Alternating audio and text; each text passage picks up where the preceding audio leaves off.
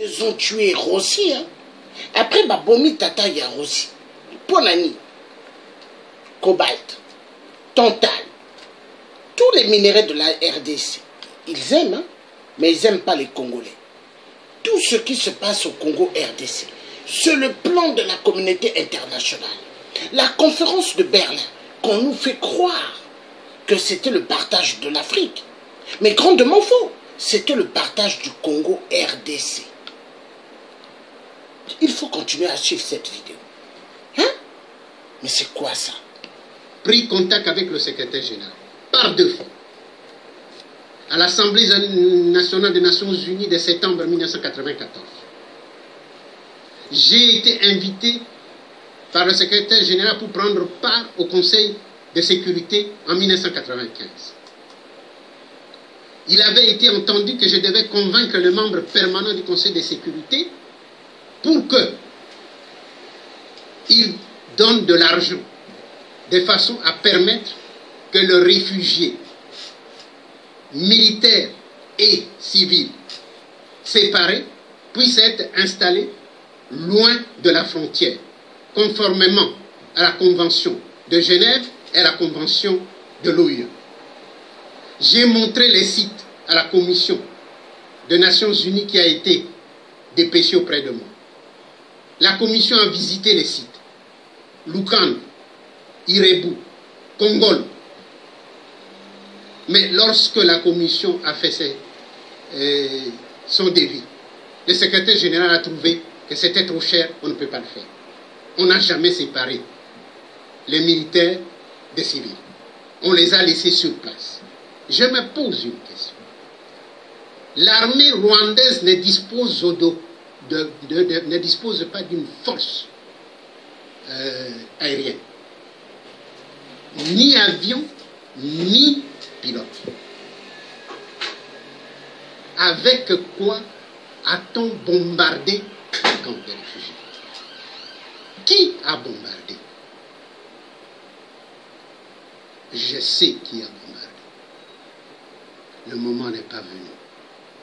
Mais je renvoie ceux qui m'écouteront aujourd'hui de lire le livre de Bernard Debré, Le retour du Mwami. Il est révélateur. Sachez que la guerre du Congo, c'est une guerre pas ethnique, c'est une guerre économique. Ça, on ne le dira jamais assez. Voilà. Cette guerre économique... Vous avez entendu?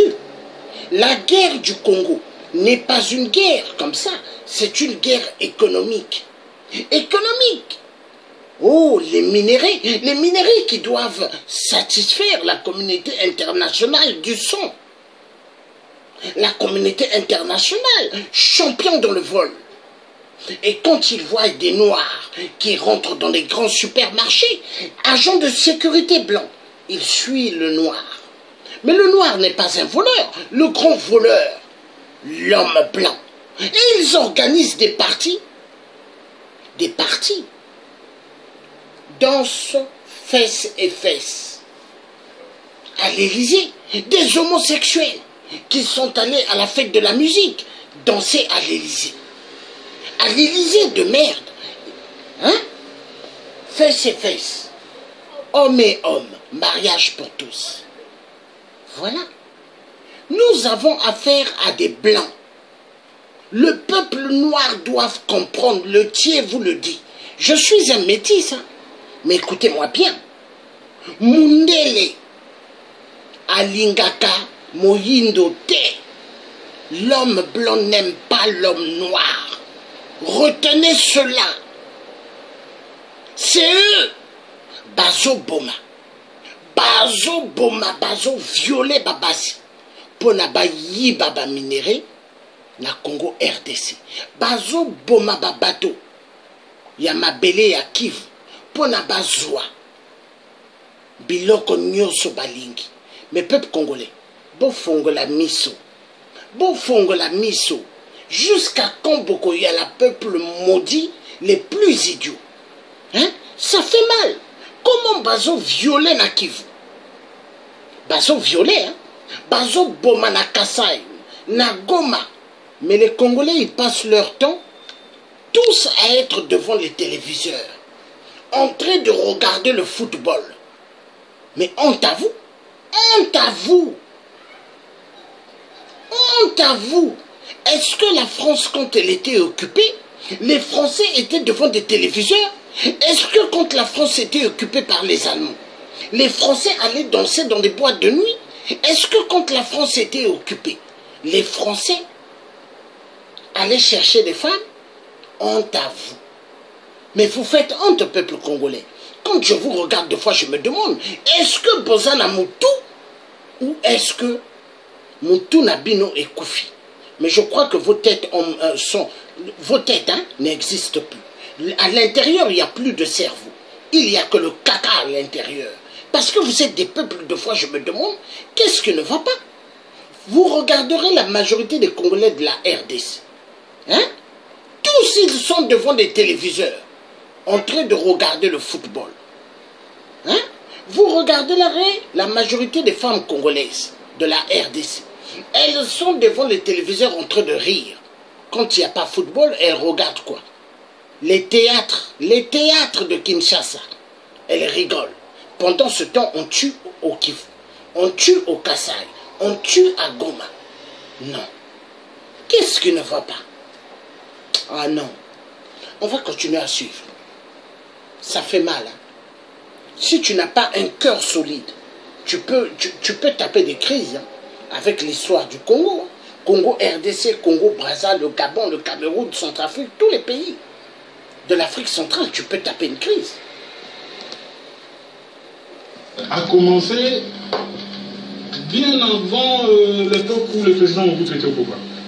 Mais son aspect le plus idée, c'était en 1996. Alors, qu'est-ce qui s'est passé? Vers les années 70, on a remarqué qu'il y avait un grand mouvement de nationalisation des sociétés minières dans les pays africains. 1960, les indépendances, de 60 à 70 à peu près, les États ont nationalisé les sociétés. Après 70, lorsque les cours des matières premières ont commencé à baisser, il y a eu une très forte pression des institutions de Bretton Woods pour que les États africains payent leurs dettes. Et dans cette pression, on a obligé les États à privatiser, entre autres les entreprises étatiques. C'est ainsi oui, à privatiser, parce que c'était nationalisé vers les années 70. Donc, vers les années 90, on a commencé à privatiser les entreprises. C'était en réalité, si vous lisez certains documents, vous verrez que ces institutions-là étaient manipulées par des lobbyistes qui avaient intérêt à ce que les sociétés minières soient privatisées. Ça, c'est le premier enjeu. Le deuxième enjeu, c'est l'arrivée de la Chine dans le marché des matières premières. La Chine est un pays qui avait une croissance économique autour de 10%. C'est un grand pays hyper peuplé, c'est le cas aussi pour l'Inde. Débarquer brusquement dans le marché des mines a déstabilisé les marchés. Alors, des minéraux, pardon. A déstabilisé les marchés. Je donne l'exemple, l'eau n'est pas vraiment un minerai comme tel. Mais un Américain utilise à peu près jusqu'à 280 litres d'eau minimum par jour. Un Chinois actuellement est autour de 60 à peu près. Donc si un Chinois se mettait à avoir la même consommation d'eau qu'un Américain, on aurait besoin de 3 planètes pour que l'eau nous suffise. Et dans les minéraux, on vit le même phénomène.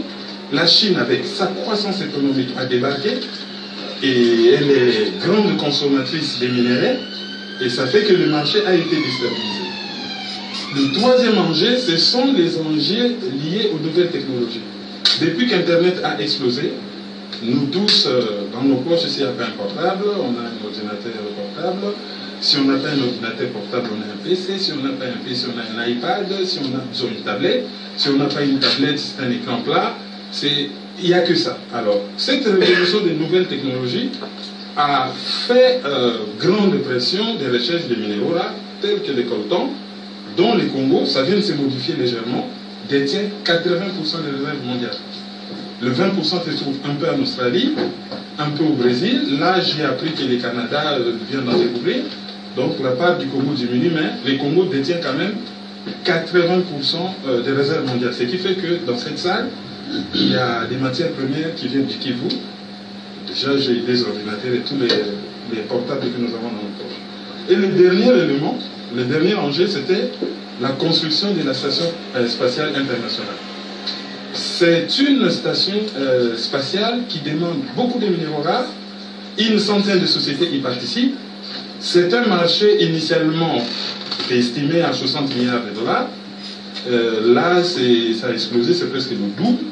Et la plupart des minéraux dont on se sert pour la construction de cette station viennent du Congo. C'est ainsi que devant ces enjeux, tels que je viens de les citer, certains financiers dans des pays occidentaux, et notamment aux États-Unis, surtout dans des pays anglo-saxons, ont décidé de remodeler le monde. Alors, leur objectif, c'est quoi? C'est refaire une espèce de conférence de Berlin bis. La conférence de Berlin, ils ont départagé la chose. Maintenant, les grandes forces financières internationales veulent remodeler le monde, faire des petits États faibles qui seraient juste des succursales de multinationales. Des petits États qui ne valent rien du tout. Or, normalement, ils n'en ont même pas besoin. Un pays tel que la République démocratique du Congo, ça fait 2 345 409 km², 70 millions d'habitants. En 2006, le budget était d'1 milliard de dollars. Cette année, c'est 7 milliards. Comparé avec les liquidités que détient une société telle que Apple, 100 milliards. Cette société est plus puissante que la République démocratique du Congo.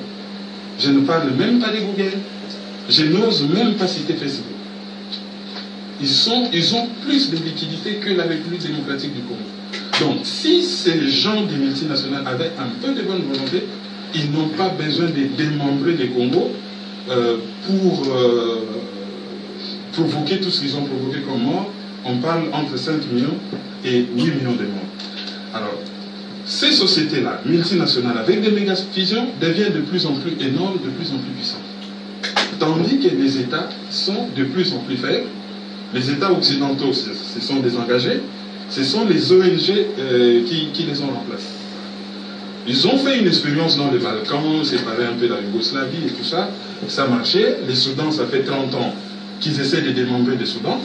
Pourquoi? Tout simplement parce que le nord islamique, avec des populations arabes, c'est-à-dire des gens qui ont une histoire millénaire, qui ont une tradition de lutte, ils allaient résister. Si vous mettez les Soudans ensemble et que vous agressez le Soudan, il y aura une espèce de solidarité de tous les pays arabes et musulmans pour défendre les Soudans.